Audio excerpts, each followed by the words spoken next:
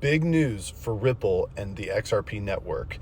Ripple just got its conditional approval to become a chartered bank from the OCC, or the Office of the Comptroller of Currency. Well, this is a really big deal, but you might be asking yourself, well, why didn't the price of XRP all of a sudden moon on that kind of news, right? Well, that's because the approval was only conditional so far, which is definitely well on its way to full approval, but now Ripple has to go and meet some requirements such as picking a board, et cetera, to actually fulfill all that is necessary to become a bank.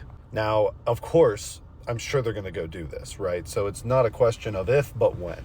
And when it does happen and they do finally get that full approval, I imagine that this should be, whether the price of XRP goes immediately or not, this would be a very, very big move in the right direction for XRP and crypto in general. Because you have to remember, crypto is still being viewed as a high-risk asset at this point in time.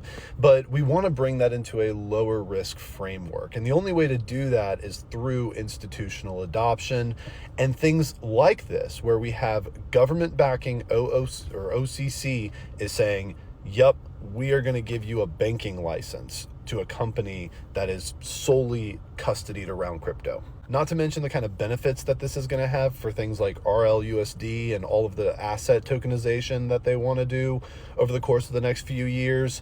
This could be a prominent factor in actually setting the framework to allow them to do that. So even though XRP hasn't mooned, which I've talked about plenty of times, news does not always mean that things go up or down or go the way we think they're going to go.